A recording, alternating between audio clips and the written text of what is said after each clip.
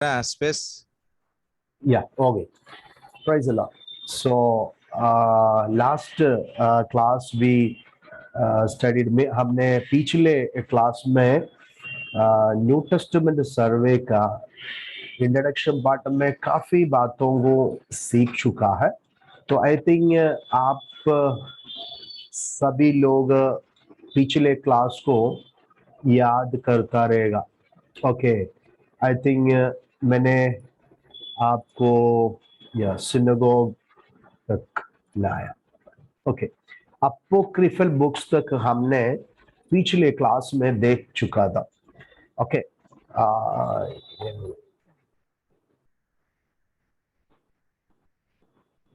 Okay we या ये जो बातों को हम अभी देखेंगे. Apocryphal books, there are so many apocryphal book you can find in Catholic church और रोमन कैथोलिक चर्च. सो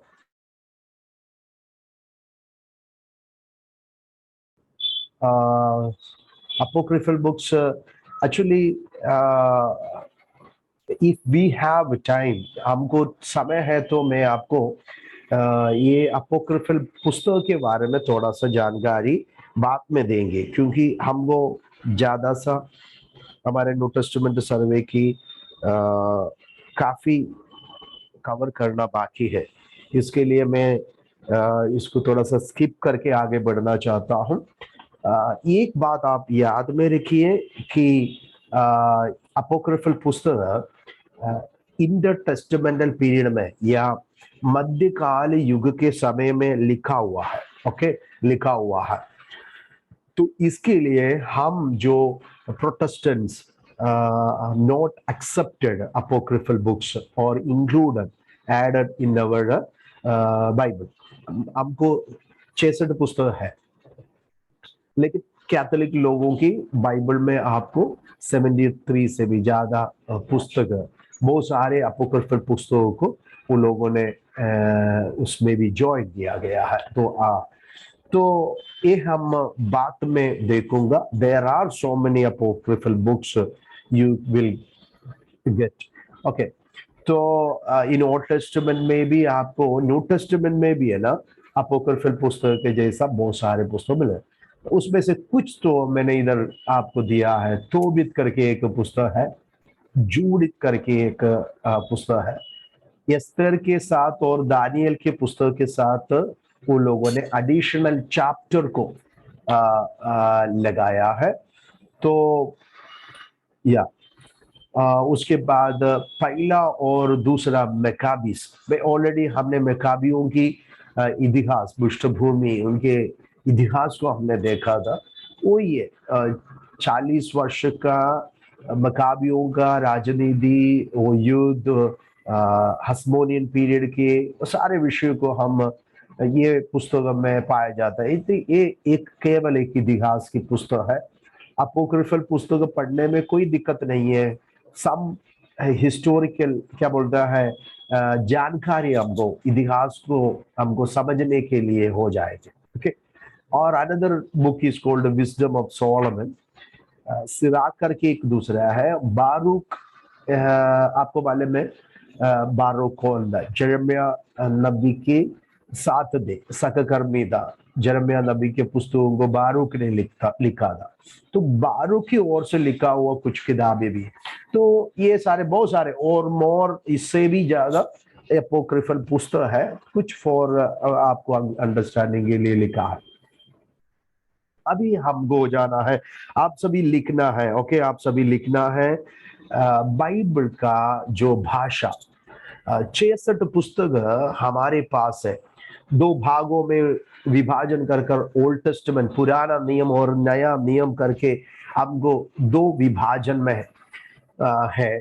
पुराना नियम का पुस्तक 2 भाषा में लिखा है. ओके, हिब्रू भाषा में भी लिखा है और अरामाइक भाषा में भी लिखा है.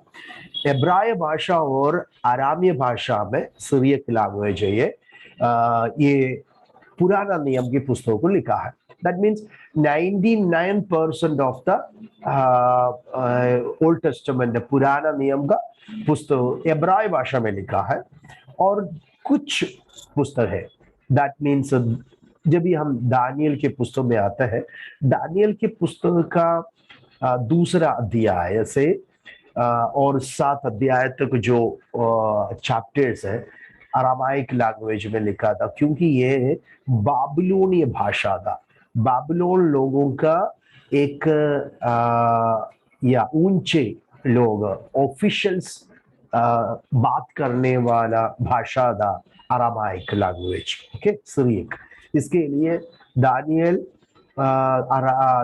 बाबिलोन में जब भी थे तभी दानियल का सारे पुस्तकों को रचाया गया था। तो उसके आप जो अध्याय 7 अध्याय तक बाबिलोन की इतिहास है, ओके। तो इसके लिए वो उन्हीं के भाषा में वो पुस्तकों को रचाया गया। तो वो आपको थोड़ा सा समझना है। तो आप एक वचन मेरे साथ पढ़ सकता है तो अच्छा है। कोई भी एक जन, टाइम नहीं है हमको, जल्दी पढ़ना है, आप रुकना नहीं। दानियल के पुस्तक में जाएंगे, दानियल के पुस्तक में जाएगा तो आपको वो भाषा के विषय को वहां लिखा गया। जरा 2 अध्याय, दूसरा अध्याय की तीसरा पद जरा पढ़िए, तीसरा पद। कोई भी एक जन जल्दी से पढ़िए, इन इंग्लिश और हिंदी, इन आपको कौन सा भी भाषा है आप पढ़िए, जल्दी से पढ़िए। दानियल नबी के पुस्तक दूसरा अध्याय के तीसरा पद। हाँ। तब राजा ने उससे कहा, मैंने एक स्वप्न देखा है और मेरा मन व्याकुल है कि स्वप्न को कैसे समझूं। पढ़िए। तब कसदियों ने राजा से अरामी भाषा में कहा, हे राजा, देखो, तू कसदियों ने राज्य महल में रहने वाला जो ऑफिशियल सही है, तो उन लोगों ने राजा से कौन सा भाषा से बात किया? आराम्य भाषा से बात किया था।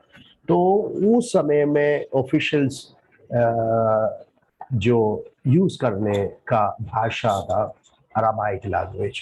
तो ये थोड़ा सा जानकारी आपको, इसरा में थोड़ा कुछ बात है Aramaic. Most of the Assyrians and Babylonians ये अरामाइक लैंग्वेज या सिरियक लैंग्वेज की इस्तेमाल करते थे, okay. Assyrians and Babylonians Aramaic language की इस्तेमाल करते थे, ओके। ये दोनों पुराना नियम का भाषा था। बाइबल का 2 भाषा में पुराना नियम को लिखा है, वो है इब्राय भाषा और अरामाइक लैंग्वेज। और न्यू टेस्टामेंट का नया नियम का 27 बुक्स, 27 पुस्तक यूनानी भाषा में लिखा है, ग्रीक भाषा था, क्योंकि उस समय की सार्वत्रिक भाषा। मैंने आपको ऑलरेडी बताया, महान सिकंदर के समय में, ओके, महान सिकंदर के समय में महान सिकंदर ने समस्त संसार के अंदर एक लैंग्वेज कर दिया था, वो था ग्रीक भाषा, यूनानी भाषा था।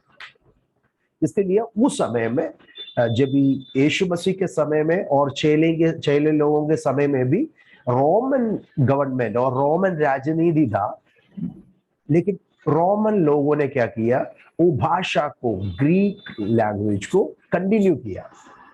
वो एक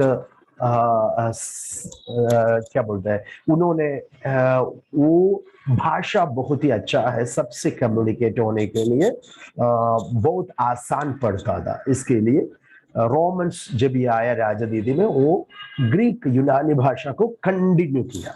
तो सारे पुस्तक जो नया नियम का यूनानी भाषा में लिखा है, तो आपको ये जानकारी आपका मन में होना है। Now we will come to the division of the New Testament. नया नियम का विभाजन को 27 पुस्तक, हमारा न्यू टेस्टामेंट सर्वे है, ओके। तो ये न्यू टेस्टामेंट का विभाजन को हमको सीखना बहुत ही जरूरी है, ओके। मैं इधर 3 भागों में विभाजन कर कर आपको सिखाने जा रहा है, ओके। 2 विभाजन है हिस्टोरिकल। पहला विभाजन है इतिहास की पुस्तक, हिस्टोरिकल बुक्स है। हिस्टोरिकल बुक्स इतिहास को बताता है। मत्ती में भी, मार्क में भी, लूका में भी, यूहन्ना में भी प्रेरितों की पुस्तक में भी इतिहास की बातों को आपको देख सकता है. Okay, this 5 books of the New testament, Matthew, mark, look and John and acts. These 5 books are historical books. Okay, so now we are going to divide these 5 books into 2 parts. तो मैंने आपको बताया ये 5 पुस्तक इतिहास का है. तो किसका इतिहास है ना? क्या ये इतिहास में क्या बताता है, किसके बारे में बताता है, वो हमको जानना है. इसके लिए ये इतिहास की 5 पुस्तकों को हम 2 भागों में वापस विभाजन करेंगे. तो पहला है हिस्ट्री ऑफ हेड, सिर का इतिहास है, और हिस्ट्री ऑफ बॉडी, शरीर का इतिहास है. तो सिर का इतिहास यीशु के बारे में गॉस्पेल में बताया गया है ना. सुसमाचार पुस्तकों में मत्ती, मार्क, लूक, यूहन्ना में कलीसिया का सिर यीशु के बारे में बताया गया है. तो यीशु का इतिहास अब मत्ती, मार्क, लूक, यूहन्ना में दिखाई देगा. और शरीर का या कलीसिया का जो यीशु का देह है, प्रेरितों के पुस्तक में आपको पाया जाएगा. वो कलीसिया के इतिहास हम प्रेरितों के पुस्तक में देख सकता है. तो history of head and history of body, तो ये आपको आपके मन में रखते हुए आगे बढ़ना है. Then you have to understand that we have 4 gospels. Okay, Matthew, Mark, Luke, Yohana. Now we are going to divide this gospels into two parts. Okay, सुसमाचार की पुस्तकों को भी 2 विभाजन में हमको पढ़ना है, तभी हम वो पुस्तक, वो इतिहास का यीशु मसीह के बारे में ज्यादा जानकारी पा सकता है. So I think next semester you have a synoptic gospel, okay, and you will get Johannine gospel also, very important. Okay, so देखो, गॉस्पेल को, सुसमाचार की पुस्तकों को 2 भागों में विभाजन किया है. वो है समानता सुसमाचार और यूहन्ना का सुसमाचार. The gospels are divided into 2. First one is a synoptic gospels and Johannine gospel. Johannine gospel.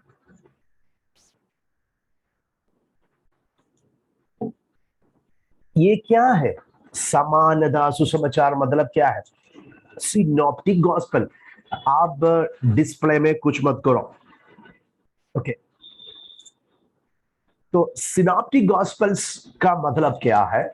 Synoptic समानता सुसमाचार है, मत्ती, मार्क और लूक है. मत्ती, मार्क और लूक. मत्ती के सुसमाचार में, मरकुस के सुसमाचार में, लूक का सुसमाचार में यीशु मसीह के जो इतिहास को मत्ती, मार्क, लूक समानता में लिखा है. Similarity is there. सिनॉप्टिक है ये. तो सीन टुगेदर, ओके, एक साथ आपको दिख सकता है. जो यीशु का जन्म हो, पढ़ाई हो, सेवकाई हो, अद्भुत की कार्य हो, मृत्यु हो, सारे बातों को मत्ती जैसा बोला मार्क बोला है, मार्क जैसा बोला लूक बोला है. Okay, but John the gospel is entirely different from synoptic gospels. Okay, यूहन्ना रचित सुसमाचार समानता सुसमाचार से एकदम अलग है. इसका मतलब क्या है? मत्ती, मार्क, लूक जो नहीं लिखा है, जिस बातों को वो लोगों ने लिखने के लिए भूल गया है, जो बात वो लोगों ने मिस किया है, वो सारे बातों को क्या किया? यूहन्ना ने लिखा है. समझ गया? जॉन का पुस्तक जब भी हम पढ़ते हैं, गॉस्पेल ऑफ जॉन में और यूहन्ना रचित सुसमाचार में, आपको समानता सुसमाचार में जो कुछ भी लिखा है वो आपको दिखाई नहीं देगा. वो लोगों ने जो भूल गया है, वो लोगों ने जो लिखा नहीं है, वो सब कुछ यूहन्ना वो पुस्तक में लिखा है. So that's why it's very important to study what is synoptic gospels and Johannine gospel. Okay, so this is a historical books. Okay, we have 5 books in the historical books. It's a history of head and the history of body. And I told you, Gospels are divided into two parts. Okay, first one is a synoptic, and the second is a Johannine Gospels. Now we have epistles. Okay, we have epistles. Sorry, some mistake is there. 1 minute. 1 minute. Okay.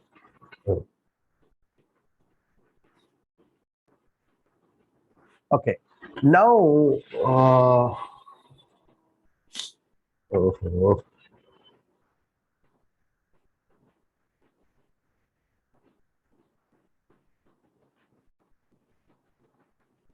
okay.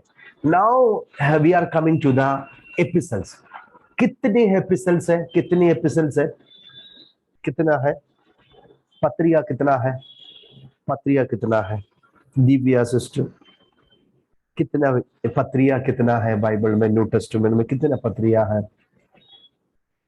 Okay, कोई भी first year students आपको chat box में भी लिख सकते हैं, no problem, chat box में भी आपको कर सकता है। आप भी थोड़ा सा सीखिए। ओके, रोमियो के पुस्तक से लेकर यहूदा तक पत्रिया है। ओके, पत्रिया है, लेटर्स है, ये इसको एपिसल्स कहता है।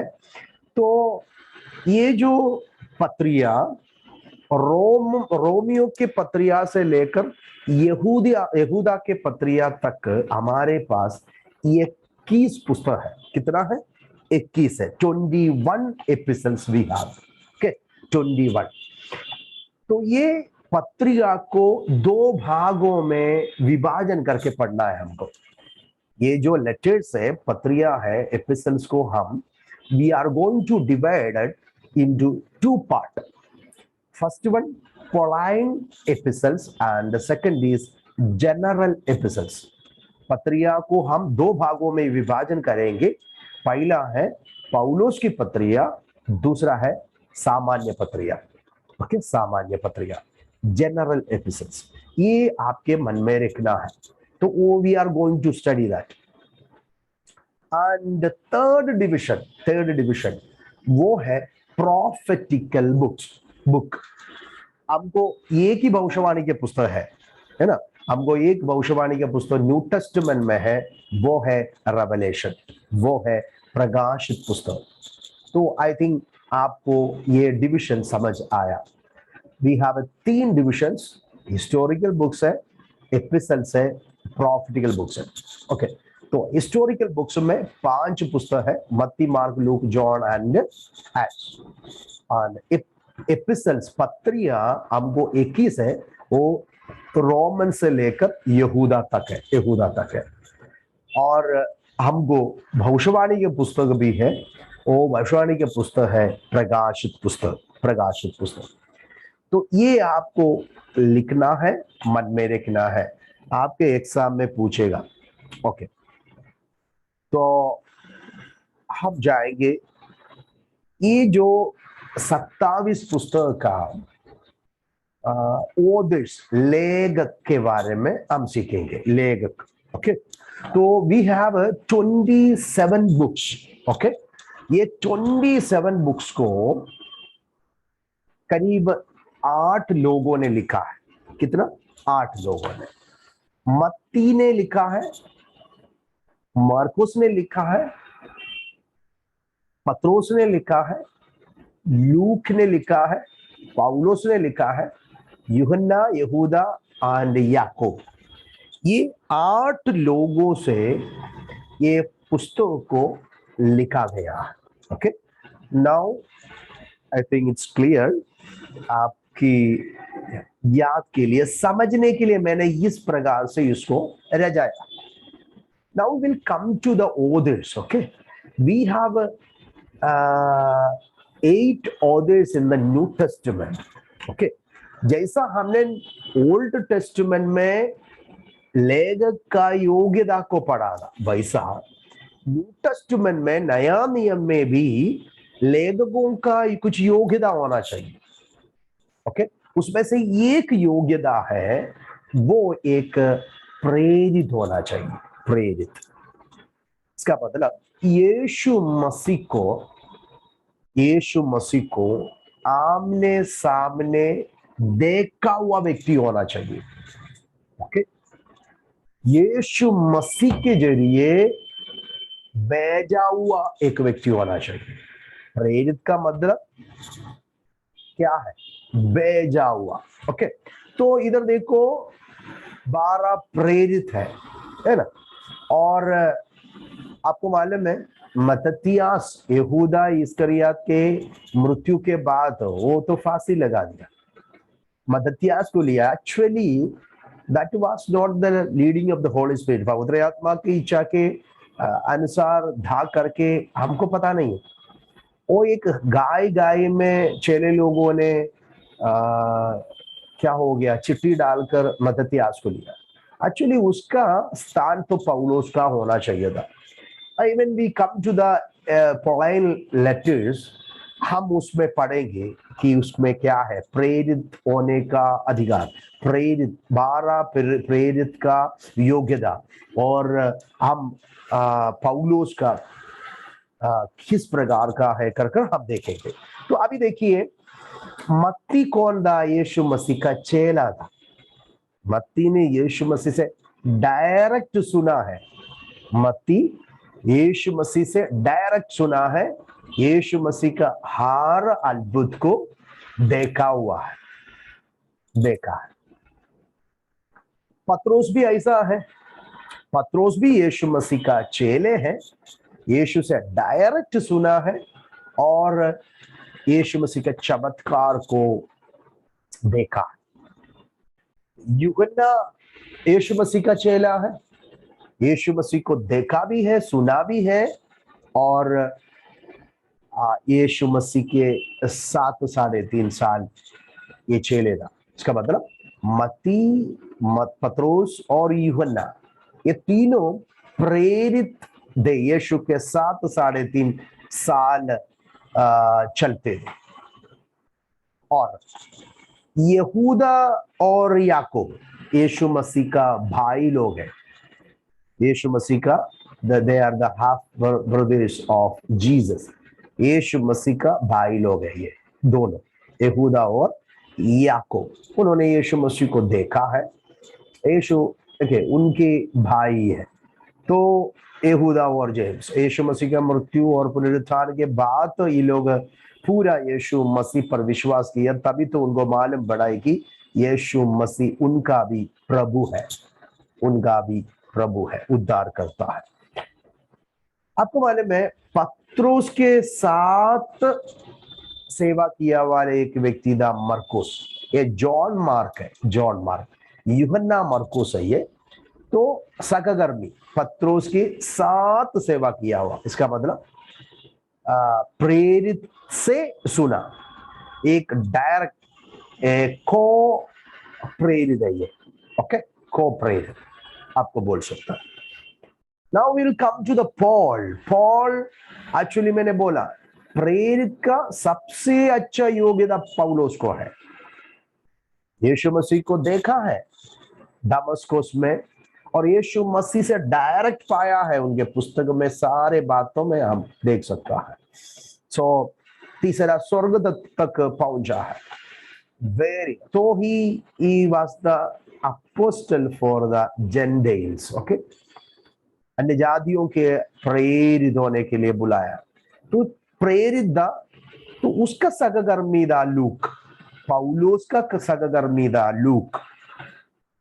पौलुस का दूसरा तीसरा मिशनरी यात्रा में, प्रचार यात्रा में पौलुस के साथ संग लूक था। इसके लिए हमको 2 पुस्तक लूक, जो वैद्य था, यंग डॉक्टर, जब विश्वास में आया, अपने जीवन को समर्पण किया सेवकाई के लिए, उस समय के सबसे बड़ा अगुवे पौलुस के साथ सहकर्मी होकर सेवकाई में निकला।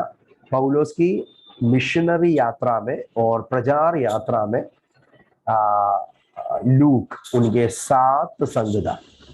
तो लूक एक डॉक्टर होने के नाई उनका पुस्तक बहुत ही डीपली लिखा है, सुसमाचार भी और प्रेरितों की पुस्तक भी लूक के ओर से हमें दो पुस्तक मिला है, वो एक है गॉस्पेल ऑफ लूक, लूका रचित सुसमाचार, और प्रेरितों का काम, प्रेरितों के काम भी लूका ने लिखा है। ओके, तो आपको क्लियर हो गया, मत्ती, मार्क या पतरोस, लूका, पौलुस, यूहन्ना, यहूदा और याकूब, ये 8 लोगों से 27 पुस्तक का रचना हुआ है। ये इतना मन में रखते हुए हम आगे की ओर बढ़ते जाएंगे। Now already the divisions I taught you, okay, prefer भी आपके मन में जानकारी के लिए मैं बोल रहा हूं। न्यू टेस्टामेंट का विभाजन को मैं आपके सामने ऑलरेडी देखा था। मैंने बोला 3 भागों में है, एक इतिहास था, 4 सुसमाचार का पुस्तक, एक प्रेरितों के पुस्तक, वो इतिहास है किसका, यीशु, वो हम पढ़ेंगे। और एपिसल्स 21 है, उसको लेटर्स कहते हैं, पत्री है वो। और भविष्यवाणी के पुस्तक, दर्शन की पुस्तक हम रेवलेशन में देख सकता है। ये यीशु मसीह का स्टोरी है, ओके। और प्रेरितों में एर्ली चर्च, कलीसिया के शुरुआत की कलीसिया का इतिहास है। पॉलाइन लेटर्स को, एपिसल्स को 2 भाग है, epistle of Paul and general epistles, and Revelation, the prophetical books, इसको अपोकैलिप्टिक बोलते हैं, अपोकैलिप्टिक कहते हैं। तो या अपोकैलिप्टिक लिटरेचर कहते हैं Revelation. We have apocalyptic literature, Daniel and Revelation. Daniel and Revelation is called apocalyptic literature. Okay. ये जो बात हम पढ़ने से इतिहास हो गया वाला बात है ना, यीशु मसीह की जीवन, इतिहास, प्रारंभ की कलीसिया, वो हुआ, पास्ट जो हो गया हुआ घटना है। लेकिन जो लेटेस्ट में अभी की बात है, कलीसिया को उपदेश दिया है, हमारा उपदेश, doctrines are there in this letters. 21 पुस्तक के अंदर हमारा अभी का, हम किस प्रकार, हमारा डॉक्ट्रिन्स क्या है, हमारा उपदेश क्या है, हाँ, वो सब कुछ आपको पत्रिका में देख सकता है। ये विजन फ्यूचर में, आपको मालूम है रेवलेशन में रैप्चर है, विरोधी मसीह के आगमन के बारे में है, आने वाला संभव की विवरण है, उसके लिए its future, past, present and future बात होगी। अभी ये सुसमाचार की पुस्तक को हमने जब भी पढ़ने जा रहा, अभी हम we are going to enter the books में हम एंट्री करना जा रहा, गॉस्पेल्स। आपको मालूम है ये सुसमाचार की पुस्तकों में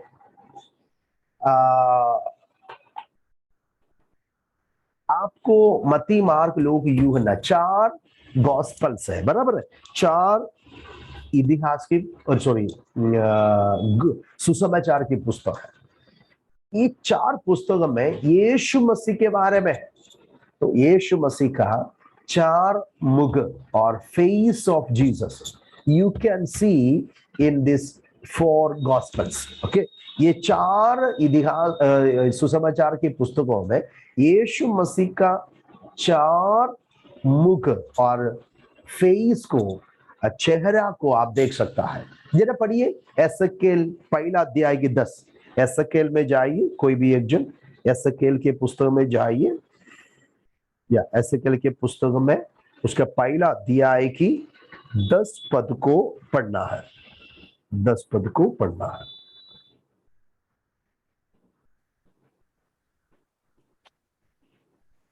उसके सामने के मुखों का रूप मनुष्य का सा था, और उन चारों के दाहिनी ओर मुख सिंह के, बाईं ओर के मुख बैल के से थे, चारों के पीछे के मुख उकाब पक्षी के थे।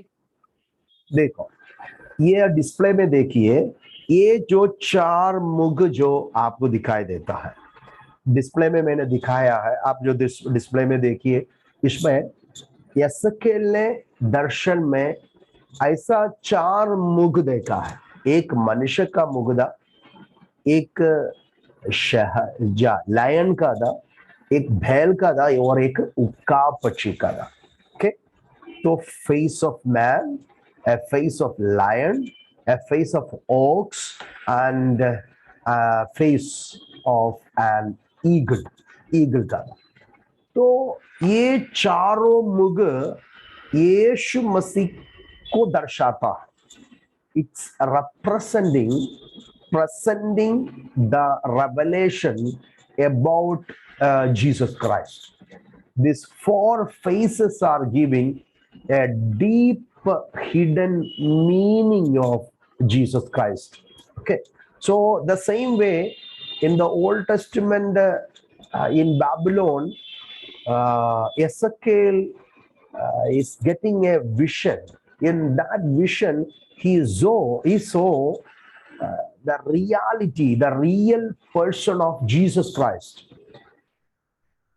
in 4 different phases. Okay, तो आप जैसा यशकेल ने लिखा है, देखा है, वैसा ही आपको ये सुसमाचार के पुस्तकों में, that 4 गॉस्पेल्स में, 4 सुसमाचार के पुस्तकों में यीशु मसीह को आपको देख सकता है। क्या है? मत्ती के सुसमाचार में प्रभु यीशु राजा है। Lion is the king of the jungle or a forest. Okay, और ये सारे लायन एक राजा की रूप देते हैं। ओके, और in Mark, gospel according to Mark, मरकोस के सुसमाचार में यीशु दास का बारे में बताया है। दास, ऑक्शन, दास को इसके ऊपर जुआ रखते हैं, योक रखते हैं, दासत्व की काम के लिए इस्तेमाल करता है, हल चलाने के लिए। ऑक्स हमेशा का दास का रूप को रिप्रेजेंट करता है। And the face of man is telling about the gospel according to Luke. लूका रे सुसमाचार में यीशु मनुष्य का पुत्र है, मनुष्य का पुत्र, मनुष्य का पुत्र। तो इसके लिए वो मानवी चेहरा को देखा। And in John, gospel according to John, यीशु मसीह को परमेश्वर का पुत्र को और परमेश्वर का पुत्र के नाम ही बताया है। आपको मालूम है ये उकाब पक्षी ऊंचाई में, एकदम ऊंचाई में उड़ती है। ओके, उकाब के बारे में 300 से भी ज्यादा समय आपको अलग अलग भागों में देख सकता है। उकाब के विषय हम समझ सकता है। परमेश्वर को टेलिंग अबाउट प्रभु यीशु मसीह परमेश्वर का पुत्र है, प्रॉफिट के लिए, परमेश्वर के लिए वगैरह। इस उकाब को रूपकात्मक रीति में समझाया गया है, symbolically speaking to the eagle. Okay, तो ये चारों रूप देखो, मत्ती में यीशु राजा, मरकुस में यीशु दास, लूका में यीशु मनुष्य का पुत्र और यूहन्ना में यीशु परमेश्वर का पुत्र। परमेश्वर को आपको एक्सप्लेन करूंगा मैं। ये एक्सप्लेन करने से पहला ये बताता, मत्ती में यीशु मसीह, Jesus as the king of the Jew, है ना।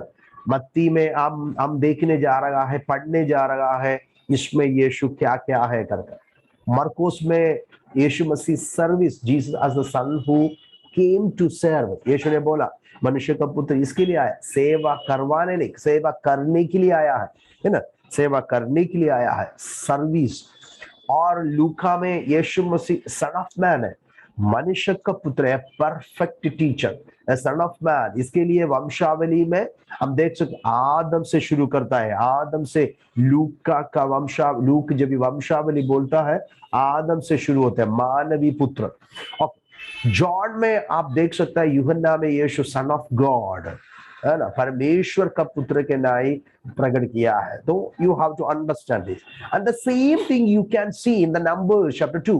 नंबर्स में गिनती के पुस्तक दूसरे अध्याय में आप जब आते हैं, गिनती के पुस्तक में भी आपको ये रूप और इस प्रकार का बातों को दिखाई देगा। नंबर्स में क्या है आपका मालूम है, मिस्रैम से कनान की ओर यात्रा किया वाला यहूदी इस्राएल के लोगों को अलग अलग जगहों में क्याम करना पड़ा, उनको उनकी तंबू डेरा करना पड़ा, तंबू लगाया था और उनको वो लोग अपने स्थान को अलग, वो लोग यात्रा में था, लेकिन कभी कभी प्रभु ने उनको बोल रहा है इसे डेरा करना है। आपको मालूम है फर्स्ट यात्रा मिस्रैम से वो लोग ने किया था, वो मिस्रैम से लेकर वो लोगों ने कहा सिनाई पहाड़ के नीचे तक आया, वहां उनको डेरा करने के लिए बोला। 2 साल वहां वो लोग यात्रा की, उसके बाद आगे की ओर बढ़ा, किधर कादेश बरना, उधर भी उनको बोला, उनको ठहरने के लिए बोला है। उधर से फिर क्या हो गया, आगे की ओर मोवाब तक गया। तो एक एक उनकी यात्रा में आपको मालूम है अलग अलग जगह में उन्होंने कैंपेन किया था। ओके, यात्रा एकदम एक साथ नहीं था, अलग अलग जगह में। ओके, लेकिन प्रभु ने क्या किया, जब भी वो लोग डेरा करते थे तभी उनको एक सिस्टमैटिकली रहने के लिए कहा गया है। कैसा भी जाके रह नहीं सकता था, तंबू लगाना पड़ता था, टाबरनाकल उनके आराधना का स्थान था, टाबरनाकल है ना। तो वो टाबरनाकल को वो लोग लगाएंगे और टाबरनाकल का चारों भागों में उनको रहना पड़ता था। ऐसा है, ये टाबरनाकल बनाएंगे, तंबू इधर खड़ा करेंगे और इनको इनका नॉर्थ में, साउथ में, वेस्ट में, ईस्ट में 3-3 गोत्र कर कर रहना है। कैसा है, 3-3 गोत्र।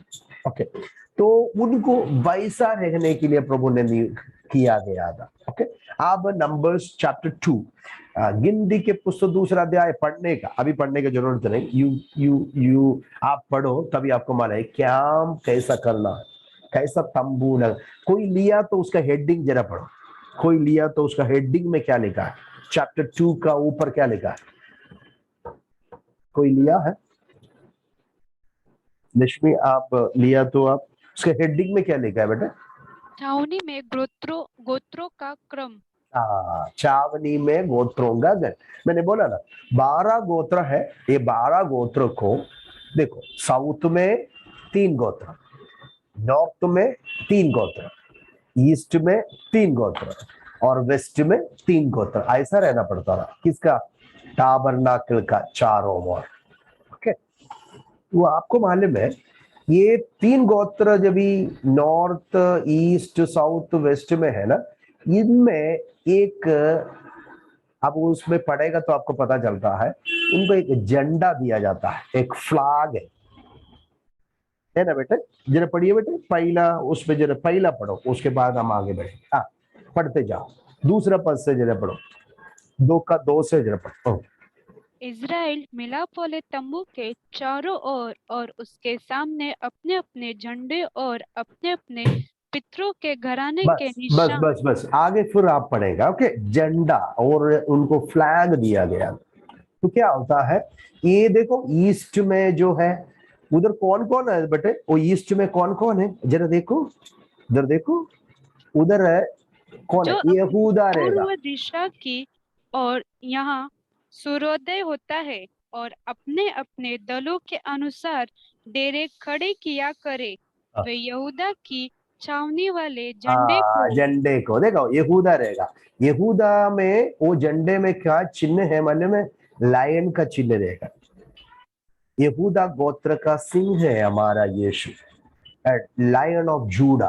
ओके, तो मैं आपको बताने का मतलब यही है, वहां भी आपको झंडे के अंदर एक एक चिन्ह है। देखिए साउथ साउथ में एक एक एक पुरुषों का फेस, आप जो नॉर्थ में एक ईगल का, और आप वेस्ट में जाएगा उधर एक ऑक्सन का, ऐसा। ओके, तो इसका मतलब क्या है, उनकी चारों ओर परमेश यीशु मसीह की उपस्थिति को देख रहा है। एक क्या बोलता है रूपकात्मक रीति में आप पढ़ेगा ना, वेरी इंटरेस्टेड, आप इसको थोड़ा सा मैसेज बनाइए। ओके, हम आगे बढ़ेंगे। तो फॉर योर अंडरस्टैंडिंग में आपको ये दिया है। Now we will come to the gospel according to Matthew में हम जाएंगे, एक एक पुस्तक को हम कवर करके आगे बढ़ेंगे, क्योंकि हमको 27 बुक पुस्तकों को कवर करना है, पूरा तो नहीं। मैं आपको सिंपली सर्वे है इसके लिए, एकदम ज्यादा नहीं बोलूंगा, थोड़ा सा आपको दिया। गॉस्पेल अकॉर्डिंग टू मैथ्यू में जब भी हम जाते हैं ना, इसमें पुस्तक का लेखक कौन है? मैथ्यू है। मैथ्यू कौन था? हम ये जो वचन आप लिखना है, ओके, मत्ती के बारे में हम पढ़ने से, मत्ती एक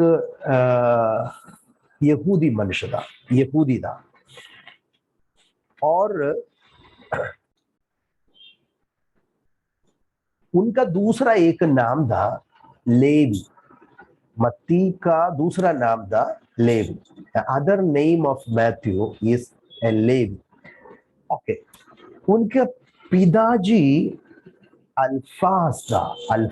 अल्फा के पुत्र जो चुंकी लेने वाला मत्ती कर लिखा है। तो वो एक यहूदी था, उनका पहला नाम मत्ती था, उनको एक दूसरा नाम है लेवी, और उनके पिताजी अल्फा था, और उनका जो क्या बोलते हैं ऑक्यूपेशन, वो क्या करता था, उनका काम क्या था, वो है चुंकी लेने वाला था, टैक्स कलेक्टर था।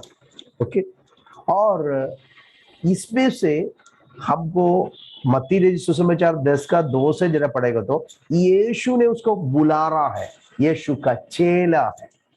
देखो कितने बातों को मत्ती के बारे में हमको पढ़ना। Order of the gospel according to Matthew यीशु मसीह का चेला है, यीशु मसीह का चेला है, प्रेरित हो गया। आपको मालूम है टैक्स कलेक्टर को उस समय में कोई इज्जत नहीं देता था, और एक ऐसा माना जाता, पापियों के गिनती में, पापियों के समान माना जाता था। लेकिन टैक्स कलेक्टर था, उनके ऑफिशियल काम करने का उस स्थान से यीशु मसीह ने उसको बुला रहा है, फॉलो मी। यीशु बोला मेरे पीछे हो लो, तो उन्होंने अपने काम छोड़कर यीशु के पीछे हो रहा था। A first look itself Jesus could understand the ability of the Matthew. दुनिया मत्ती को एक अलग नजर से देखा था, है ना, पापी है, एक टैक्स कलेक्टर। उस समय में टैक्स कलेक्टर को लोग घृणा करते, श्रापित करते थे।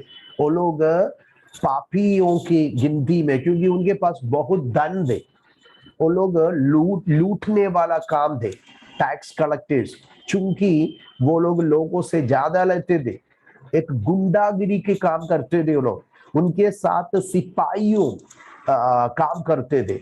सो दे आर वेरी रिच, बहुत ही धनवान लोग रहते हैं जो टैक्स कलेक्टर्स। इसके लिए वो लोग कोई भी कुकर्मी काम करने के लिए, वो अब पाप के काम करने के लिए उनके पास हिम्मत था, क्योंकि अधिकार भी, उनको धन भी उन्हें पापमय जीवन बिताने के लिए आगे बढ़ा। तो वो उस प्रकार का एक मनुष्य को प्रभु यीशु बदल रहा है। मनुष्यों ने, संसार ने मत्ती को एक पापी कर देखता है, लेकिन यीशु ने उनको कैसा देखा है? यीशु मसीह ने उसको बुला रहा है कि एक बहुत बड़ा एक लेखक के नाई प्रभु ने देखा। प्रभु यीशु मसीह के सारे कहानी को, हर बातों को लिखने वाला एक ऑथर मत्ती में है।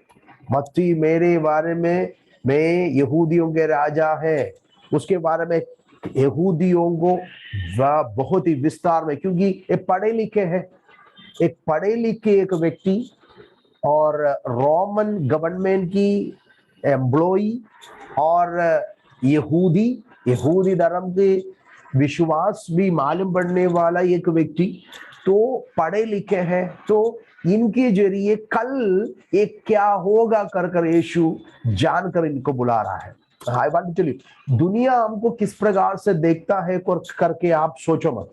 दुनिया आपके बारे में कुछ भी बोलेंगे, कुछ भी बुराई बोलेंगे, भी आपके पुराना जीवन को सुनने वाला, आपके जीवन की कुछ गलत बातों को सुनने वाला आपके बारे में गलत गलत बोलता है, लेकिन यीशु आपको किस नजर से देखते मन में, आप कल यीशु के लिए कौन होएगा, ऐसा है। देखो गिदयोन को यीशु मसीह ने क्या, परमेश्वर ने कैसा देखा है, एक शूरवीर सुरमा जैसा देखा है।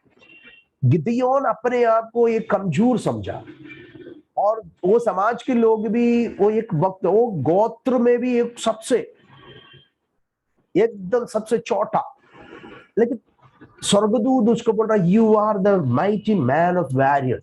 तो एक वो शूरवीर सुरमा। मैं आपको बोल रहा हूं परमेश्वर, देखो मूसा अपने आप को कमजोर समझ रहा था। He was telling that I am not an eloquent preacher, है ना, मैं एक eloquent, एक बहुत ही सामर्थ्यशाली एक प्रचारक नहीं। I don't know about you, theology मुझे मालूम नहीं। Who are you God? प्रभु को पूछ रहे कि आप कौन है, और उनको अपने आप को छोटा समझ रहा था। He was telling I am not able, लेकिन प्रभु क्या बोल रहा है, नो नो नो, मैं कल के बारे में देखता है। हम कभी कभी आज के बारे में देखता है, संसार भी आज के बारे में देखकर समझकर न्याय करता है, लेकिन परमेश्वर कैसा, ऐसा नहीं है। परमेश्वर हमारे जीवन के आगे के बाद हम क्या होगा वो प्रभु को मालूम है। तो इसके लिए प्रभु के हाथों में हम देखा तो ना, उन लेवल में दाऊद एक चरवा है, सबसे छोटा है, नाटा है, और उनको प्रोफेशनल नहीं है, बट परमेश्वर ने उनको अभिषेक किया, वो एक योद्धा के नाई था, एक राजा है। वो युद्ध चलाएगा तो हर युद्ध में जीतेगा। सो एक ब्रिलियंस, एक स्किल उसके अंदर, एक देखो प्रभु एक व्यक्ति को देखता है ना, एक अलग तरीका से देखता है। वैसा ही है मत्ती का जीवन भी। मत्ती एक साधारण मनुष्य मीन्स मनुष्यों के नजर में एक पापी, टैक्स कलेक्टर, बुरे एक मनुष्य, लेकिन परमेश्वर ने उसको बुलाया तो he became an author, एक बड़ा पुस्तक यीशु का बातों को लिखने वाले एक पुस्तक। Okay, now when we come to the मत्ती सुसमाचार में जब भी हम जाते हैं, इसमें बहुत सारे बात है। मैं आपको एक बात बताना चाहता हूँ, ये जो मत्ती मार्क लूक में बात जो साथ में मैं आपको सिखाने के लिए मेरे को इच्छा है, क्योंकि इसमें मत्ती मार्क लूक यूहन्ना में यीशु मसीह के बारे में लिखा गया है। ओके, तो वो साथ में हम सीखेगा तो हमारा समय हमको बचा सकता है। ओके, मत्ती में भी लूका में भी यीशु मसीह का जन्म के बारे में काफी बताया गया। ओके, तो यीशु मसीह का जो नाम जीसस, जो यीशु कर रखना, जब ये जो बात बताता है उसमें यीशु मसीह का और यीशु का नाम का अर्थ यहोवा इज माय सल्वेशन, यहोवा मेरा उद्धारक है। तो ये जो नाम देखकर यीशु मसीह, तो उस सारे बातों को मैं ना बात में आपको थोड़ा सा क्लैरिटी में सिखाएंगे। ये सारे बातों को मैं आपको समझेगा। ओके, नाउ यीशु मसीह का जन्म हो गया, ये सारे बातों को हम मत्ती में लूका में पढ़ते हैं।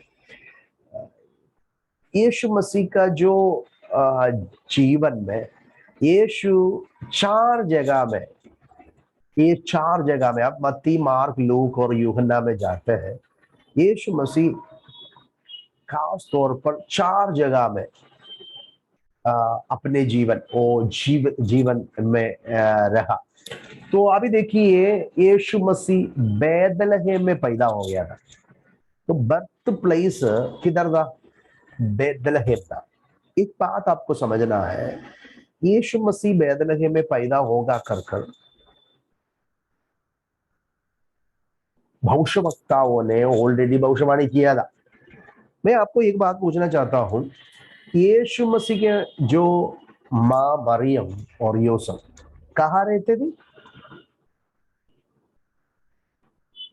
हेलो, आप लोग कोई है ही क्या इधर? मैंने सुनाई दे रहा है, मेरी आवाज आ रहा है? हेलो। ओके, यीशु मसीह के माँ, ओके, मरियम और यीशु का स्टेप फादर जो यूसुफ कहाँ रहते थे? बोलिए ना, कोई है ही क्या? मेरे क्लास में आप लोग है ना?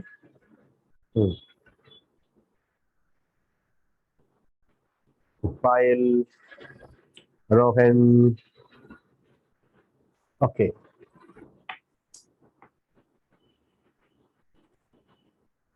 नासरेत, अमृता, ओके, नासरेत में रहते थे, बराबर है।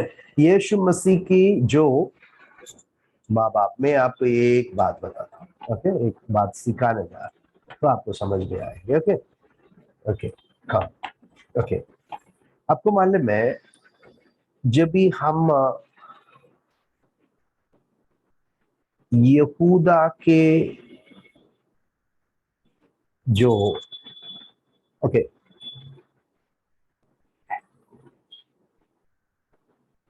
ओके ओके, इसमें this is Judah, okay.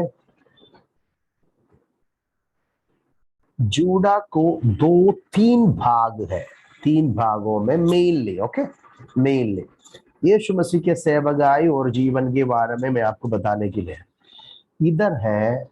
Sorry, ये थोड़ा सा गड़बड़ी हो गया, इसराइल के विषय को, एक सेकंड, एक सेकंड,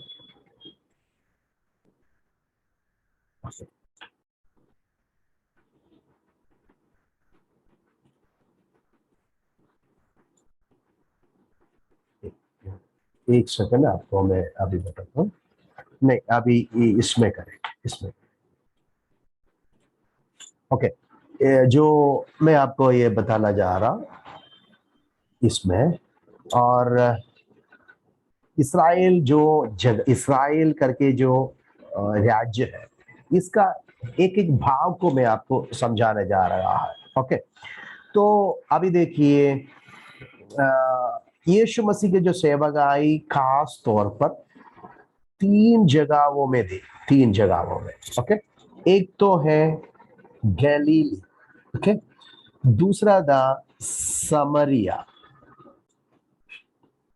ओके, और तीसरा था यरूशलेम, और जोड़ा, ओके, यरूशलेम। अभी अभी अभी आपको समझना है, जो यरूशलेम इधर टेम्पल है, ओके, ये जो जगह में बैतलहम है, बैतलहम, ओके, इधर है नासरेत, नासरेत। यीशु मसीह का जो मरिया और यूसुफ, ये लोग बैतलहम के लोग था, ओके। मेरी एंड जोसेफ, वो लोग कौन सा जगह का था? बैतलहम का लोग था, लेकिन वो लोग बैतलहम से नासरेत जगह में आकर रहना शुरू किया, अपने काम, आपको मालूम है सुतार था, एक कारपेंटर था यूसुफ। तो बैतलहम से वो लोग किधर आया? नासरेत में आकर रहने लगा। जैसा हम लोग गांव से इधर आकर मुंबई में रहते हैं, वैसा ही ये लोग बैतलहम से नासरेत में आकर, गलीला का एक भाग है नासरेत, एक ऐसा एक विलेज है, वो नासरेत में आके रहते थे, समझ गया। जब भी सारे क्या बोलता है, समस्त ये रोमन साम्राज्य की राजनीति चल रहा था, तभी आप जरा देखो मत्ती रचित सुसमाचार में जाइए, उसके दूसरे अध्याय में आप जाएंगे, ओके। मत्ती रचित सुसमाचार में जाने से पहला आप में लूका रचित सुसमाचार में जाना है। लूका रचित सुसमाचार दूसरा अध्याय, दूसरा अध्याय, उसके प्रारंभ के वचन जरा पढ़िए। लूक में जाइए, 2 का पहला वचन जरा पढ़िए जल्दी। उन दिनों में हाँ। अगस्तुस कैसर की ओर से आज्ञा निकली कि सारे जगत के लोगों के नाम लिखे जाएं। पढ़िए। ये पहली नाम लिखाई उस समय हुई जब क्विरिस कैसिया का ओके, वहां यूसुफ और मेरी बेतलहेम जो यहूदा देश का होने के कारण उन लोग नसरत को छोड़कर अपने गांव की ओर यात्रा किया। समझ गया? तो इधर इसका मतलब क्या है? वो बेतलहेम के लोग दा जाकर कहाँ रहता था? नसरत में। उधर लिखा है, उधर उधर लिखा है, देखो तीसरा पद में लिखा है, जरा पढ़िए बेटे, तीसरा पद। अतः सब लोग नाम लिखवाने के लिए अपने अपने नगर को गए। अतः यूसुफ भी इसीलिए कि वो दाऊद के घराने और वंश का था, गलील के नाजरत नगर से यहूदिया में दाऊद के नगर बेतलहम को गया। देखा? तो इसका मतलब नसरत से वो लोग बेतलहम की ओर आ गया। ओके, तो अभी यीशु मसीह का जीवन कहाँ कहाँ रहता था कर कर मैं बोलने के लिए बोल रहा। तो अभी देखो, यीशु मसीह का जन्म किधर? बेतलहेम में हुआ। फर्स्ट यीशु पहला किधर रहता था? बेतलहेम में रहता था कर कर बोल रहा है। मीखा में जाइए बेटे, मीखा नबी में जाएंगे, मीखा में जाएगा। मीखा का 5 का दूसरा पद जरा पढ़िए बेटे, मीखा चैप्टर 5 वर्स 2।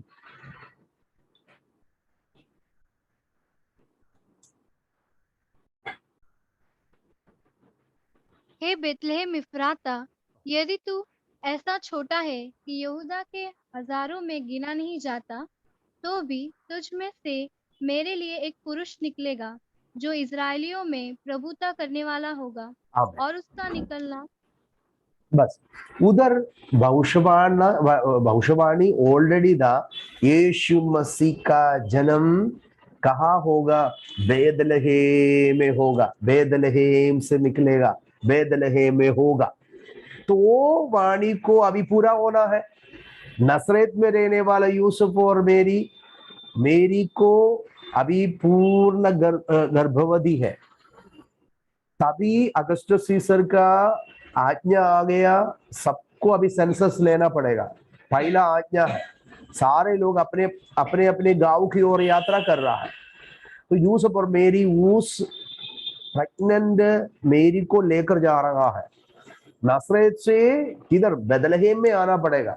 उनको शमरिया होकर जा सकता है, लेकिन आपको पता है यूहन्ना ने सुसमाचार 4 अध्याय में हम पढ़ता है, क्योंकि यहूदी लोग शमरिया के लोगों के साथ कोई लेन देन नहीं है। शमरिया नगर में वो लोग पाँव नहीं रखेगा।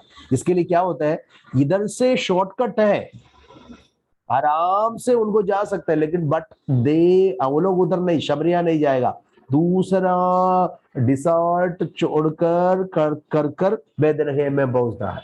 और जुड़ा के लोग किधर जाना है तो शमरिया नहीं जाएगा, वो लोग गलीली और यहूदा में जाने के लिए वो लोग दूर यात्रा करेगा, फिर भी शमरिया की ओर से नहीं जाएगा।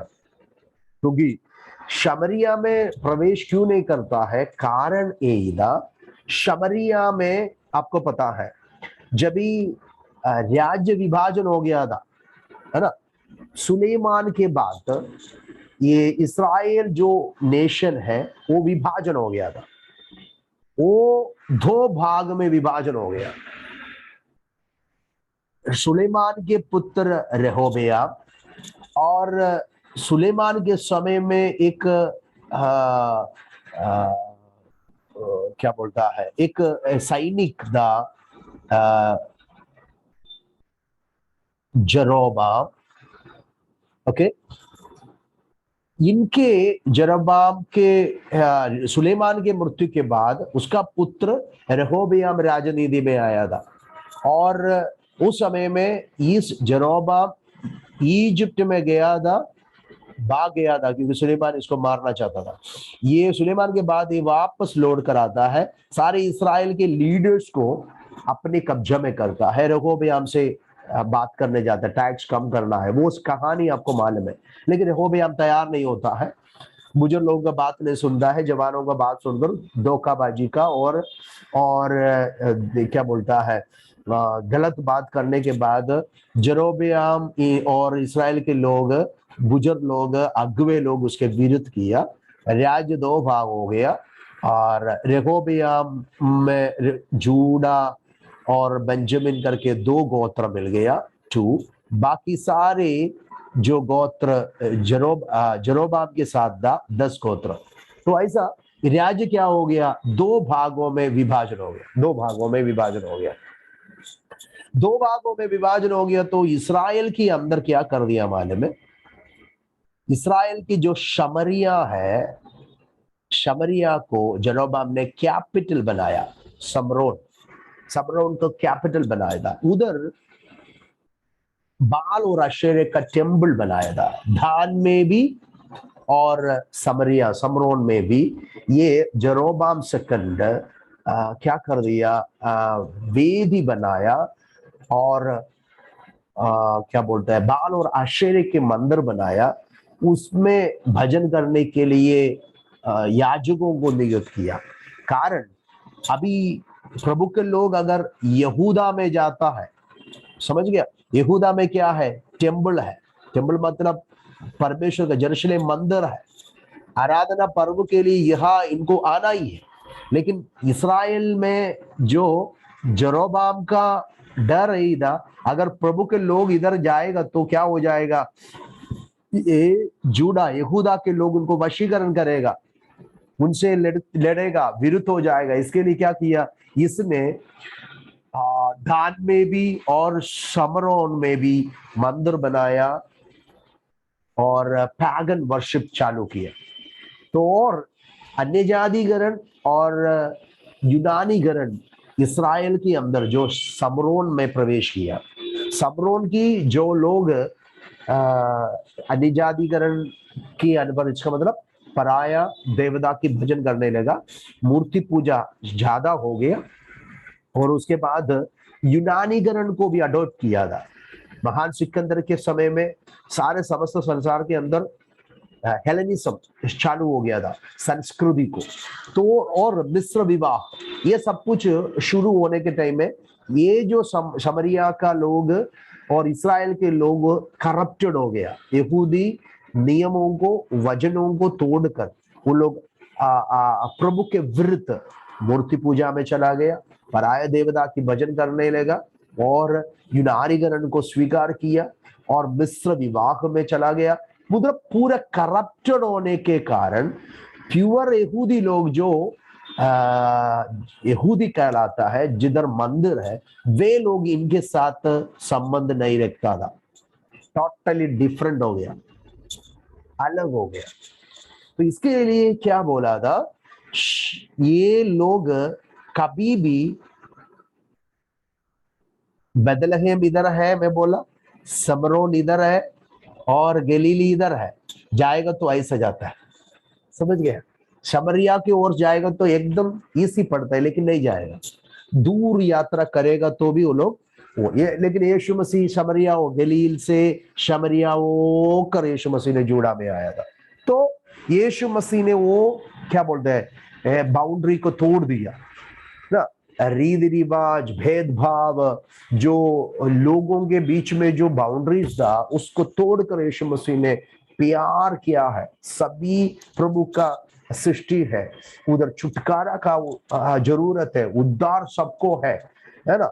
तो वो सच्चाई को यीशु मसीह ने प्रकट कर रहा था। तो अभी देखा मैंने क्या बोला, नसरेत में रहने वाला यूसुफान मेरी बेथलेहम की ओर आ गया, इधर आया तो यीशु मसीह का जन्म हो गया, यीशु मसीह का जन्म हो गया कर हम पढ़ते हैं।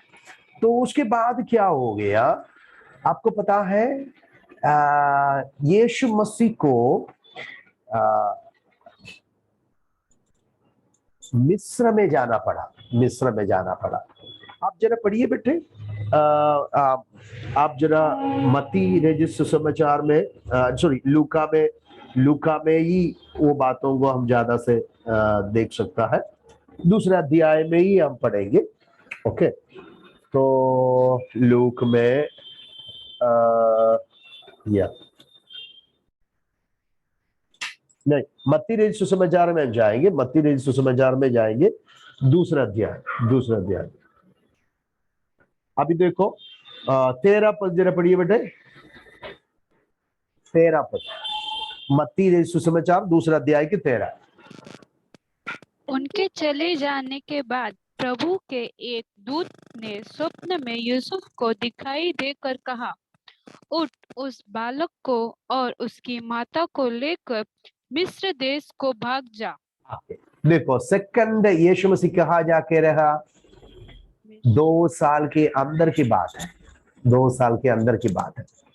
ओके, क्योंकि मैगीज और वाइसमैन ईस्ट से यहूदा में आ गया था, एस्ट्रोलॉजियंस है वो, उनको पता चला यहूदा में एक राजा पैदा हो गया। तो ये जो वाइसमैन की, उन लोगों को ये पता था राजा तो राजमहल में है, हेरोद राजा के राजमहल में आया था उस समय में, हेरोद द ग्रेट। बाइबल में बहुत सारे हेरोद है।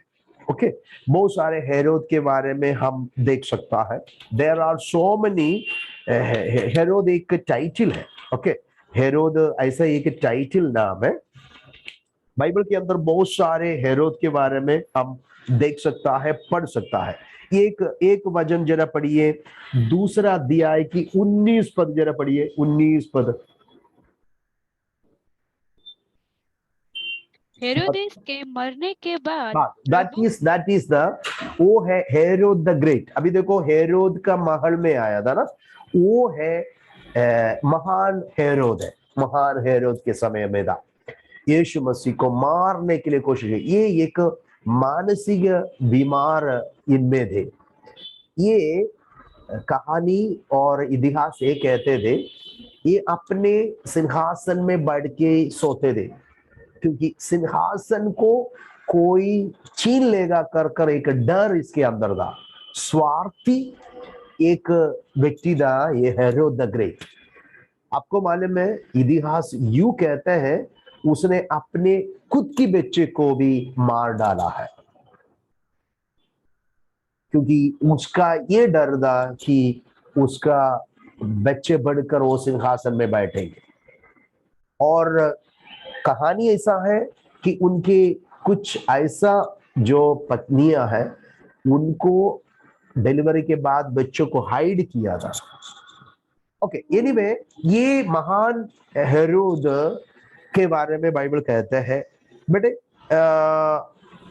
उसकी दूसरा एक वचन को आप पढ़ना है, उसमें ही आप पढ़ेगा तो आपको मालूम पड़ेगा।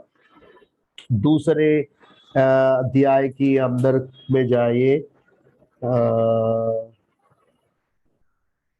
20 पद जरा पढ़िए, 20 और सॉरी 22 पद जरा पढ़िए। परंतु यह सुनकर अर्खिलास उस अपने अर्किलास, हेरोद द अर्किलास, इनका नाम में भी टाइटल है हेरोद द अर्किलास। ये दूसरा हेरोद है। ओके, हेरोद ग्रेट ऑलरेडी मर चुका, उसके बाद अर्किलास। तो यीशु मसीह को मारने के लिए चाहा वाला हेरोद द ग्रेट, महान हेरोद। उस समय में यीशु क्या हो गया, 1.5 साल का अंदर रहेगा, उसको 2 साल के अंदर रहेगा। वो यीशु को लेकर मरियम और यूसुफ मिस्रैम की ओर चला गया, करीब 8 साल तक यीशु मसीह को मिस्रैम में रहना पड़ा। तो मिस्रैम एक दूसरा जगह था यीशु मसीह को रहने का। ही lived in Bethlehem, secondly in Egypt. Okay, Egypt में यीशु मसीह को रहना, मिस्रैम में। होशिया नबी के पुस्तक में आपको मालूम है, मैं मेरा बेटा को, हाँ वहां से देखो बेटे, उधर लिखा है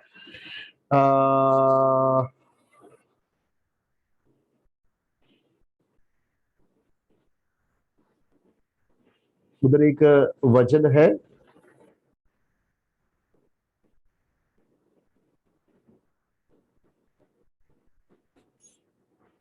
ओके ओके ओके, आप जरा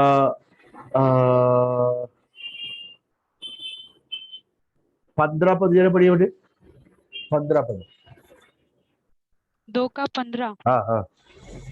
और हेरोदेस के मरने तक वहीं रहा, हाँ इसलिए कि वह वचन जो प्रभु ने भविष्यवक्ता के द्वारा कहा था पूरा हो, क्या मैंने है? अपने पुत्र को मिस्र से बुलाया। देखो, तो मिस्र से वो वचन भी पूरा होना है। देखा, नसरेत में रहने वाला यूसुफ और मेरी डिलीवरी के समय में किधर आ गया? बैतलहम में आया। वो वचन पूरा होना था। उसके बाद देखो, वचन ऐसा भी था कि मिस्र से मैं मेरा बेटा को बुलाऊंगा, इसके लिए मिस्र में जाना पड़ा, वहां से यीशु मसीह को बुला रहा है। तो वापस आने के लिए में हेरोद अर्किलस वहां राज कर रहा था, इसके लिए वो लोग किधर जाके रहा मालूम है? नासरेत में वापस आके रहा। ये नसरेत में आकर वो लोग ने रहे, पहला जिधर था वहां नसरेत की ओर चला गया। ओके, वो नसरेत में जाने का कारण 23 में है। बेटे जरा पढ़िए 23 में।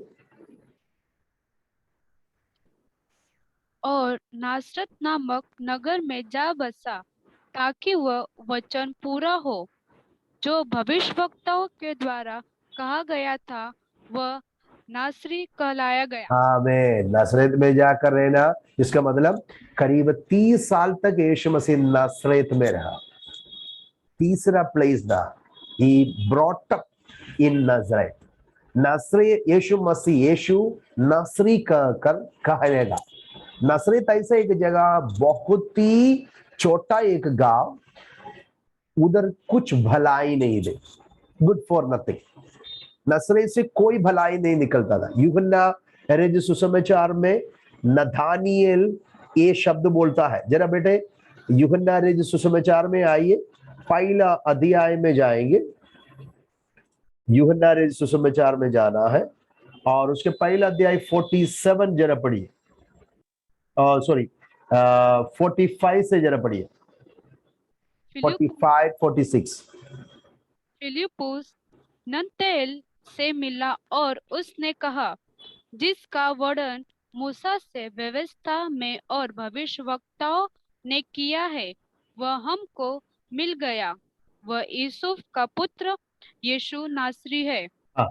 46।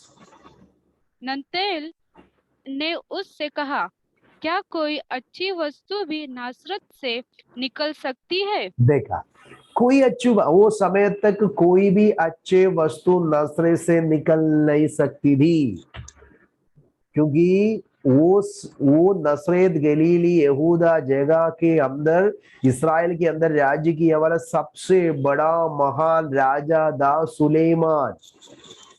सुलेमान के जैसा प्रौढ़ी, धन, महिमा, आदर किसी को नहीं था। इवन सुलेमान उस देश में राज्य करने के बावजूद भी नसरेत के अंदर कुछ भले वस्तु ला नहीं सकता था। नसरेत ऐसा एक जगह था, बीमार से भरे हुए एक देश, दुष्ट आत्मा से भरे हुए एक देश था। नसरेत में कोई भलाई नहीं था। लेकिन आपको मालूम है, जिस जगह में यीशु मसीह बढ़ने लगा, नसरेत सबसे बड़ा आशीष वाला नगर बन गया। गलील पूरा अंधकार के लोगों के अंदर बड़ा ज्योति, रोशनी चमकने लगा।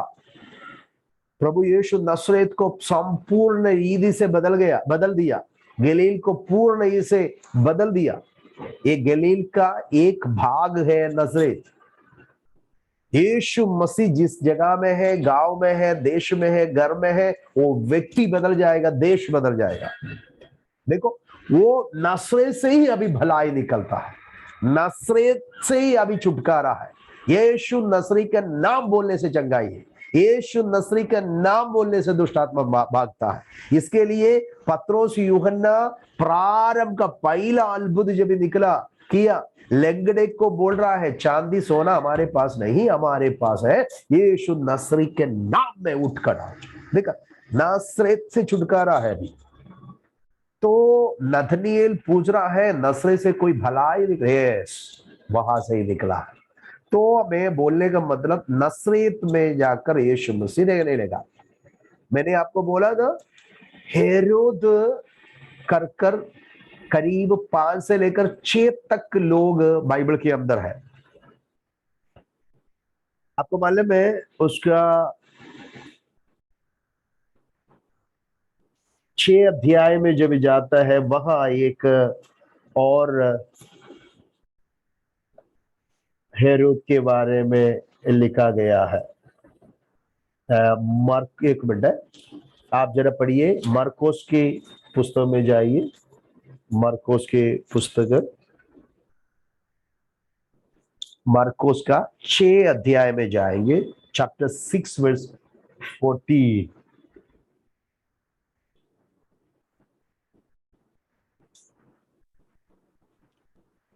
हेरोदेस राजा ने भी उसकी चर्चा सुनी, हाँ, क्योंकि उसका नाम फैल गया था, हाँ, और उसने कहा, यूहन्ना बपतिस्मा देने वाला मरे हुओं में ये है था। हेरोद एंटिपास। ओके, हेरोद एंटिपास। एंटिपास जो हेरोद एक टाइटल लेकर के मैं बोला, ये हेरोद एंटिपास है। आपको मालूम है उसका भाई हेरोद फिलिप, फिलिप की वाइफ द हेरोदिया, उसके साथ हेरोद एंटिपास ने शादी किया। उनका शादी नहीं, एक गलत उनकी संगति थे। वो बातों को यूहन्ना बपतिस्मा वाला ने प्रकट किया था। ये हेरोद एंटिपास को बोला तू पाप कर रहा है, इसके लिए हेरोद ने उसको क्या कर दिया, गला काट दिया। ओके, अभी आप जब भी प्रेरितों के पुस्तक 12 अध्याय में जाइए, प्रेरितों के पुस्तक 12 अध्याय में, 12 अध्याय के अंदर हम और एक हेरोद को देख सकता है। 12 अध्याय के पहला,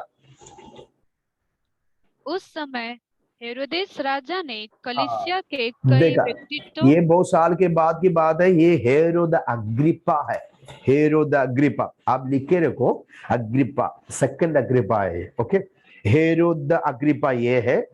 when we come to the 25, sister 25 में आइए बेटे, उसका जब बरनबास और नहीं शाऊल बेटे 13 पद से पढ़िए। 25 का 13 से जरा पढ़िए।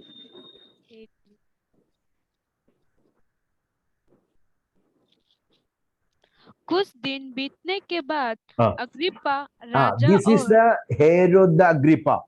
सेकंड है, सेकंड है। ये पहला आपने 12 अध्याय में पढ़ा था, हेरोद अग्रिप्पा वहां भी है। ये दिस वन 25 में Herod the second Agrippa second है ये। ओके, बहुत सारे, मैं आपको बताने का मतलब बाइबल के अंदर अलग अलग अलग अलग हेरोद को आपको दिखाई देगा। ओके, तो सब एक नहीं है कर समझना भी है। ओके, यीशु मसीह कहां तक रहा? पहला यीशु मसीह का जन्म बैतलहम में थे। दूसरा यीशु मसीह कहा था, मिस्र में थे, जाके रहा। वहां से यीशु मसीह किधर आया? नासरेत में गया। यीशु मसीह नासरेत में जाने के बाद आपको मालूम है लूका सुसमाचार में हम जाने से नसरे से यीशु मसीह सेवगाई के लिए जब भी निकला। अब लूका सुसमाचार में आएगा ना, वहां बहुत ही अच्छा से लिखा गया है। अब जब देखो 23 जरा पढ़िए बेटे, तीसरा अध्याय का 23।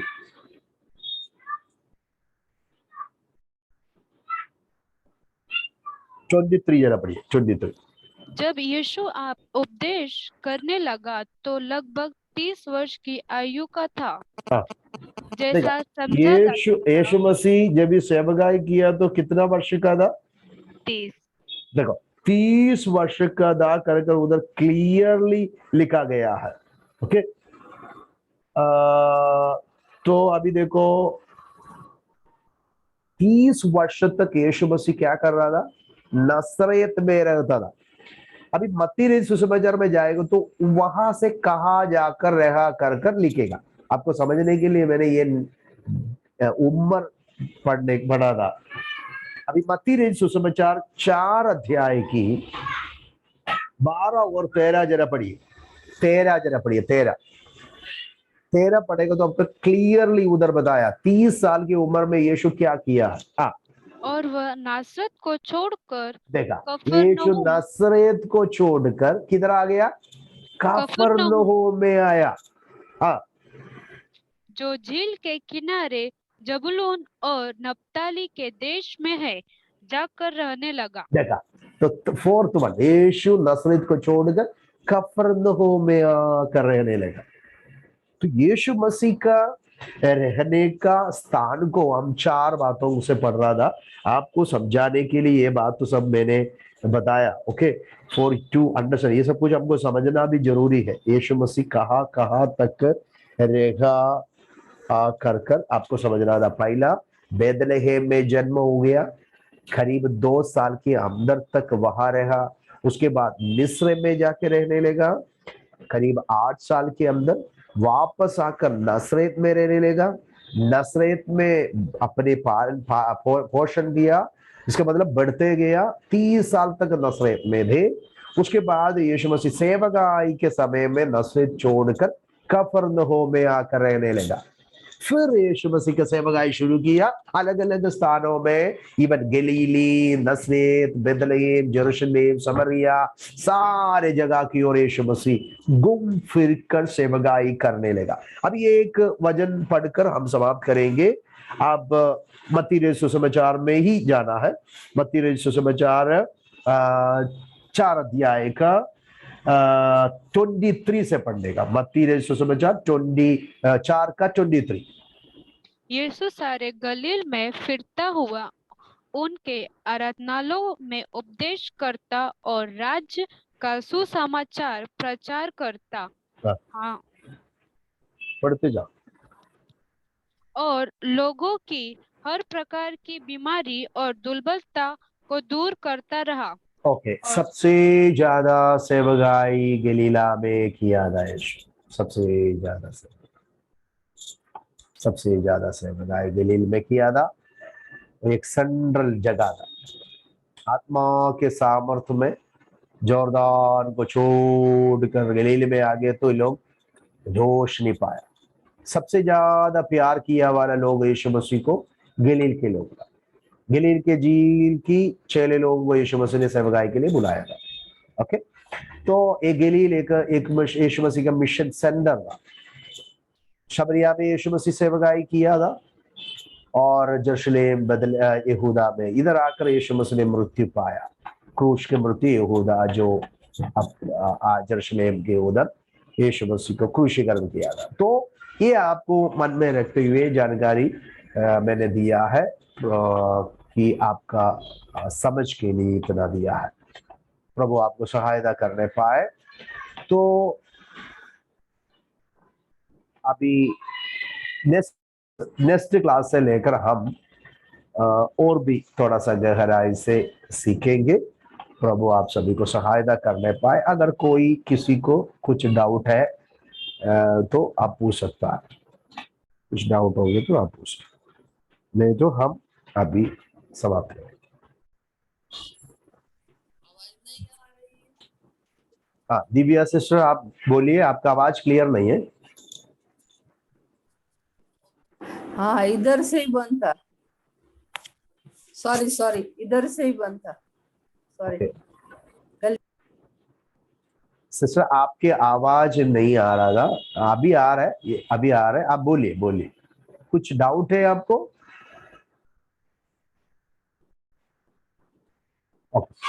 नहीं तो हम अभी हमारे